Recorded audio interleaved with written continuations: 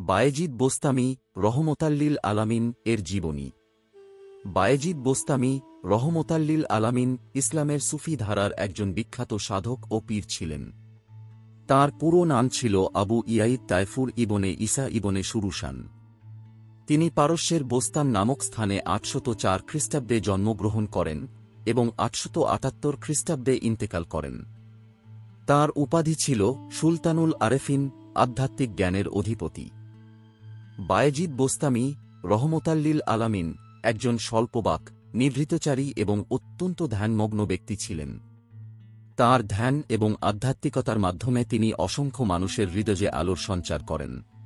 তিনি আল্লাহর প্রতি গভীর প্রেম ও আত্মসমর্পণকে জীবনের মূল আদর্শ হিসেবে ধরে রেখেছিলেন।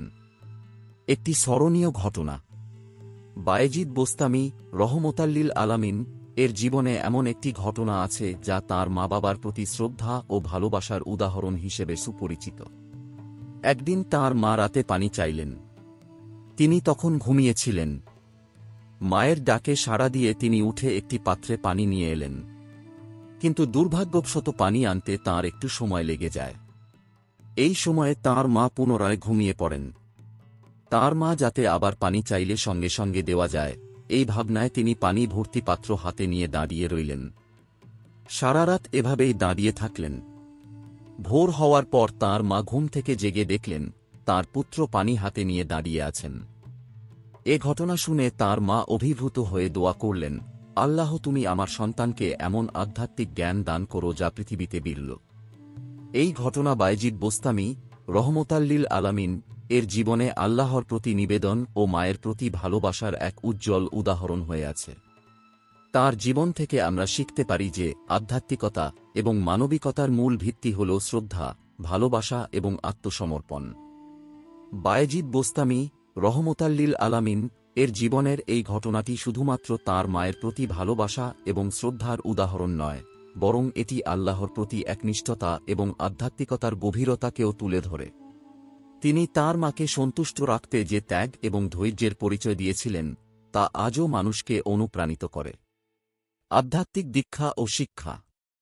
বায়েজিদ বোস্তামি রহমতাল্লিল আলামিন তাঁর জীবনের বেশিরভাগ সময় আধ্যাত্মিক সাধনা এবং আল্লাহর ধ্যানে অতিবাহিত করেছেন। তিনি সব সময় নিজের অন্তরকে শুদ্ধ রাখার চেষ্টা করতেন এবং বাহ্যিক পৃথিবীর মোহ থেকে দূরে থাকতে পছন্দ করতেন। তাঁর শিক্ষার মূল ছিল আত্মপরিচয় ও আল্লাহর পরিচয়।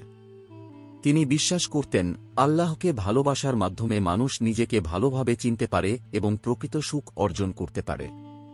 তাঁর প্রার্থনা এবং ধ্যান এতটাই গভীর ছিল যে অনেক সময় দিনের পর দিন তিনি একাগ্রতার সাথে ধ্যানমগ্ন থাকতেন। তিনি দুনিয়ার আরাম আয়েশ, সম্পদ এবং ক্ষমতার প্রতি কোনো আকর্ষণ অনুভব করতেন না। তাঁর মতে এসব শুধুমাত্র ক্ষণস্থায়ী এবং প্রকৃত সফলতা হল আল্লাহর নৈকট্য লাভ করা। শিক্ষা এবং দর্শন। বায়েজিদ বোস্তামি রহমতাল্লিল আলামিন এর শিক্ষা এবং দর্শন আজও সুফি চিন্তাধারার মূল ভিত্তি হিসেবে পরিগণিত হয়। তাঁর অন্যতম বিখ্যাত উক্তি হল, তুমি যদি নিজেকে চিনতে পারো তবে তুমি আল্লাহকে চিনতে পারবে। তিনি শিখিয়েছেন আত্মার শুদ্ধি এবং নিজের দুর্বলতাগুলোকে স্বীকার করার মাধ্যমে আল্লাহর সান্নিধ্য লাভ করা সম্ভব।